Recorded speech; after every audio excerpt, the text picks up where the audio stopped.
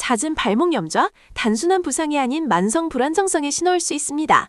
오늘 이 문제를 근본적으로 해결해 드리겠습니다. 운동 중 계단에서 심지어 평지를 걷다가도 접질리는 경험, 혹시 당신의 이야기는 아닌가요? 발목 안정화의 중요성을 강조합니다. 이제 약해진 발목을 강철처럼 단련시켜주는 과학적이고 체계적인 5단계 재활훈련 루틴을 소개하며 재발률을 최소화하는 방법을 배울 시간입니다. 본 영상은 심각한 급성 염좌 후 초기 치료가 끝난 후의 회복 및 강화 단계에 초점을 맞추고 있으며 통증이 심하다면 반드시 전문의와 상담하세요. 우리의 최종 목표는 단순히 통증을 없애는 것을 넘어 발목의 고유 수용 감각, 프로프리오셉션을 되살려 갑작스러운 상황에서도 넘어지지 않도록 만드는 것입니다. 발목은 상체 하중에 7배까지 지탱하는 복잡한 관절이지만 특히 외측인대가 약해지면 반복적인 손상에 취약해집니다. 발목 염좌는 인대가 늘어나거나 찢어지는 손상을 의미하며 특히 발이 안쪽으로 꺾이는 내반 염좌가 전체의 90% 이상을 차지합니다. 인대가 손상되면 제 역할을 못하게 되면서 관절의 안정성이 무너지고 결국 만성 발목 불안정증이라는 악순환에 빠지게 됩니다. 단순히 쉬는 것만으로는 부족합니다. 손상된 인대는 자연 치유되더라도 늘어나 있어 적절한 근력 강화 없이는 재발을 막을 수 없습니다. 오늘 배울 재활 과정은 1. 초기 관리, 2. 가동성 회복, 3. 근력 강화, 4. 균형 감각 훈련, 5. 기능적 통합의 5단계로 구성됩니다.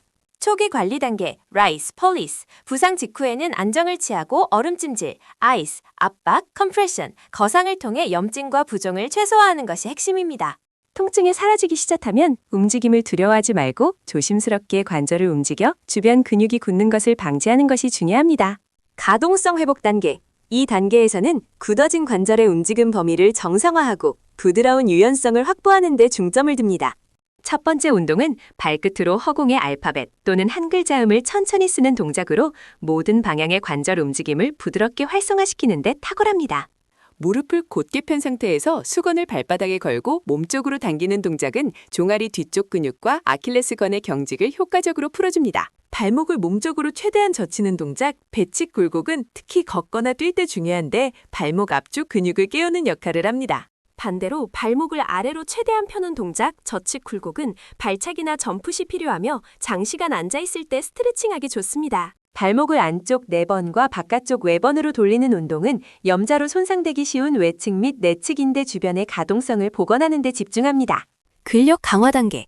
이제 인대를 보조하고 관절을 지지해줄 비골근 페로니얼 머슬을 집중적으로 단련하여 발목의 코르셋을 만듭니다.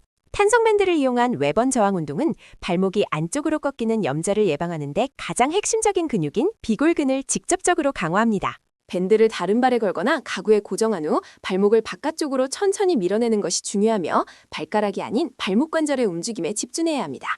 탄성밴드를 이용한 4번 저항 운동은 비록 염좌 빈도는 낮지만 발목 안정화의 전체적인 균형을 맞추기 위해 필수적인 보조 운동입니다. 두 발을 이용한 종아리 들기는 초기 근력 회복에 좋으며 아킬레스건의 탄력성과 발목을 들어올리는 근육에 힘을 키워줍니다. 이제 부상당한 발목에 더 많은 부하를 주기 위해 한 발로만 시행합니다. 넘어지지 않도록 벽을 살짝 잡고 진행하는 것이 중요합니다. 발가락을 완전히 들어올린 상태로 걷는 뒤꿈치 걷기는 발목 앞쪽의 근육인 전경골근을 강력하게 활성화시켜 균형 유지에 도움을 줍니다.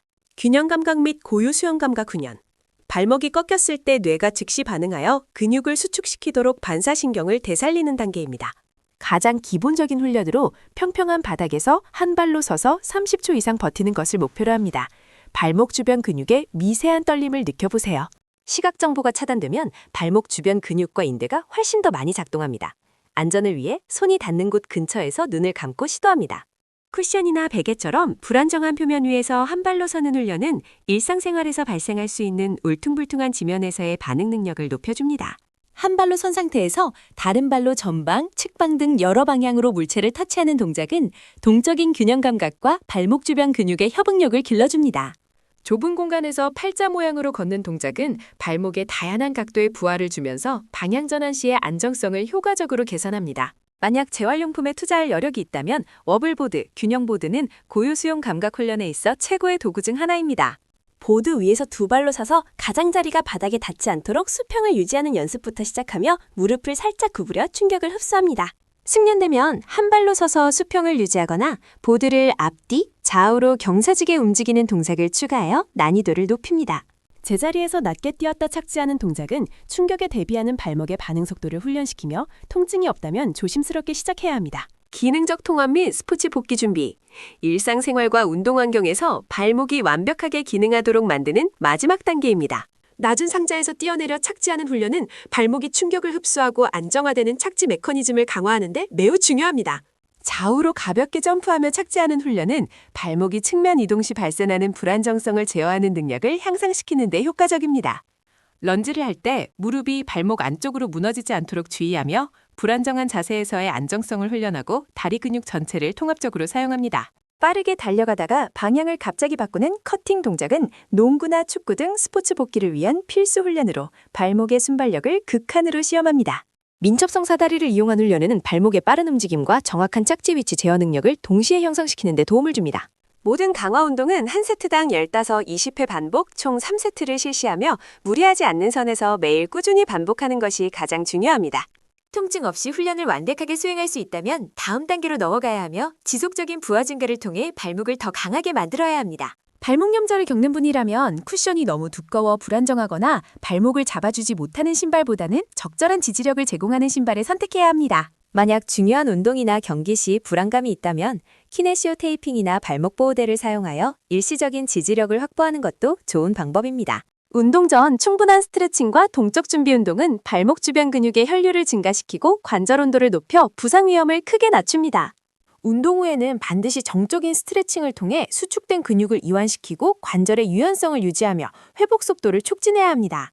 재활은 길고 지루할 수 있지만 꾸준함만이 발목을 만성 불안정성의 늪에서 벗어나게 할 수 있습니다. 긍정적인 마음가짐을 잃지 마세요. 재활 중 통증이 다시 심해지거나 움직임 제한이 발생한다면 재빨리 의료 전문가의 진단을 받아 인대나 연골의 추가 손상 여부를 확인해야 합니다. 오늘 배운 5단계 훈련을 일상에 적용하여 더 이상 발목 염좌로 고통받지 않고 자신감 있게 활동할 수 있는 미래를 응원합니다. 영상이 유익했다면 구독과 좋아요, 알림 설정 부탁드립니다. 다음 영상에서 뵙겠습니다.